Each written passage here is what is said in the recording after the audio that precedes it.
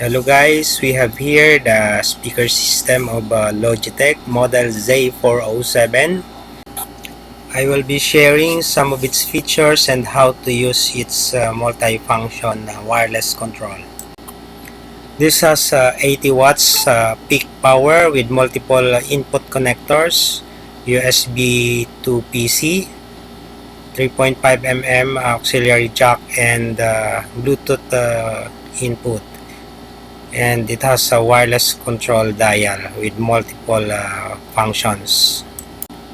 This is what's inside the box: one subwoofer and two satellite speaker, and its wireless multifunction controller.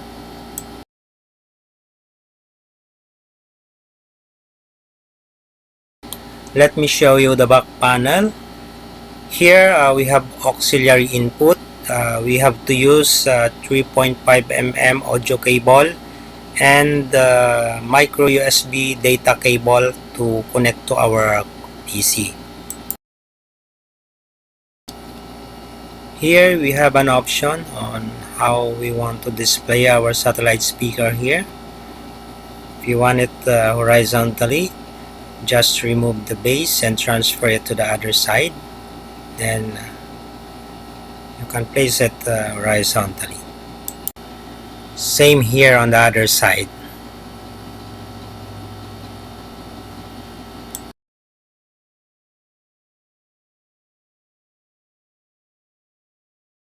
And now we will demonstrate on how to use its wireless controller. Here we have 3 inputs. Our laptop for USB input. We have the cell phone for the Bluetooth and another cell phone for auxiliary input.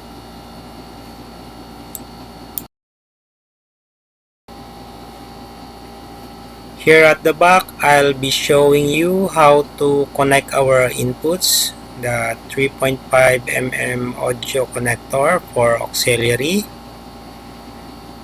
and the USB A to micro for our USB input going to our laptop, and of course the other one is wireless via Bluetooth.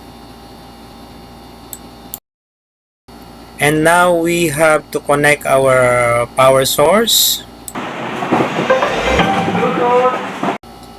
After the power is connected, you will hear that sounds, and on our computer we can see that it is already detected.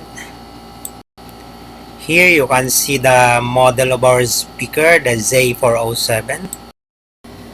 At the bottom part of our controller, we have 2 buttons here. Yeah. This one is the Bluetooth, and the other one is the toggle button between USB and 3.5 mm auxiliary input. To activate our speaker's Bluetooth, we have to press and hold the Bluetooth button. We should hear the sound and the blue light should be blinking. Once blinking, we should already see our speaker model and the list of our devices on our cell phone, and here it is. We should pair, and once paired, we should hear the sound. Now we have to play our audio source. This is via auxiliary cable 3.5 mm. And now we have to press our input selector here. Nothing happened. We might selected the USB input. We should press it once again.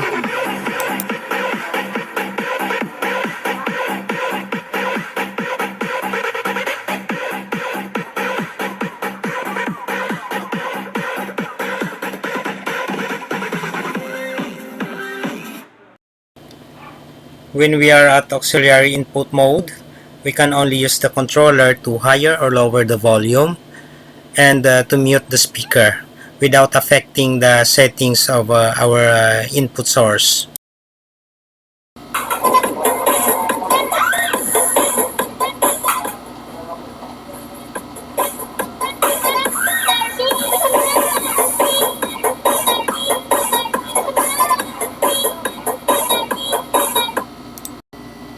Next, we have to try our Bluetooth mode.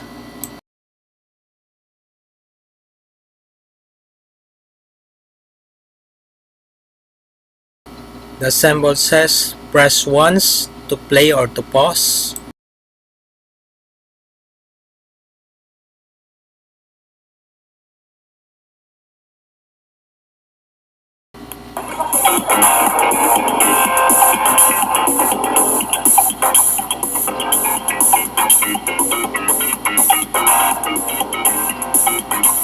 In Bluetooth mode, we can control our Bluetooth input device using our speaker's input controller. So here it says we have to press 2 times to go to the next track.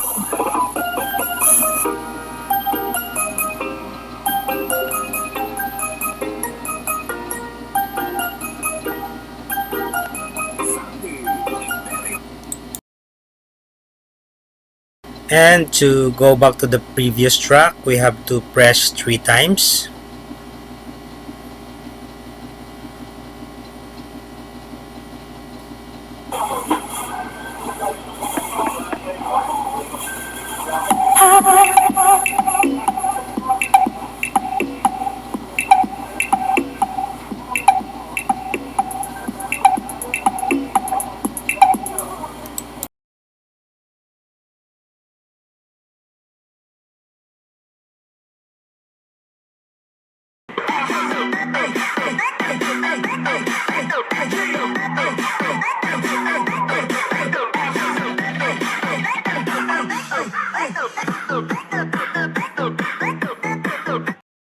Now we are switching from auxiliary input going to USB input.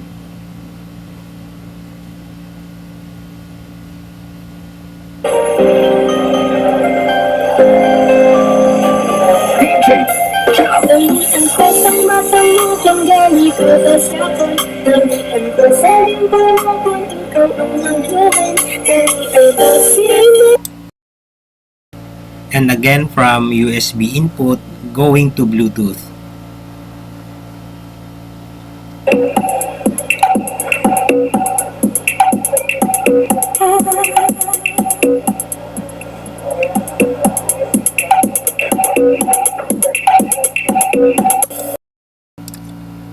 To control the volume of our bass, we have to long press the remote control of our speaker.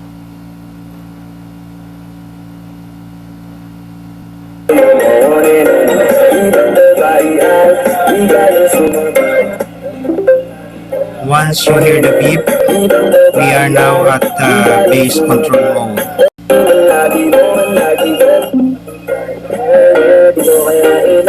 And once you hear another beep, meaning you already reached the maximum volume of your bass.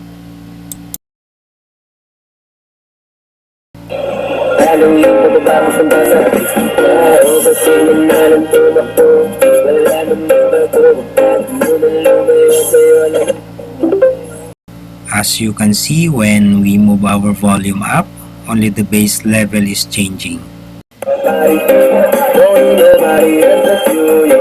And when we long press our main controller once again, we are back again on the control of our main volume.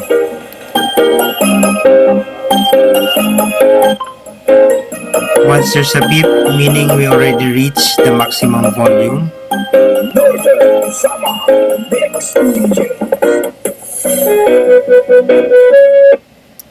Okay, that's all for now. Thank you for watching and have a good day.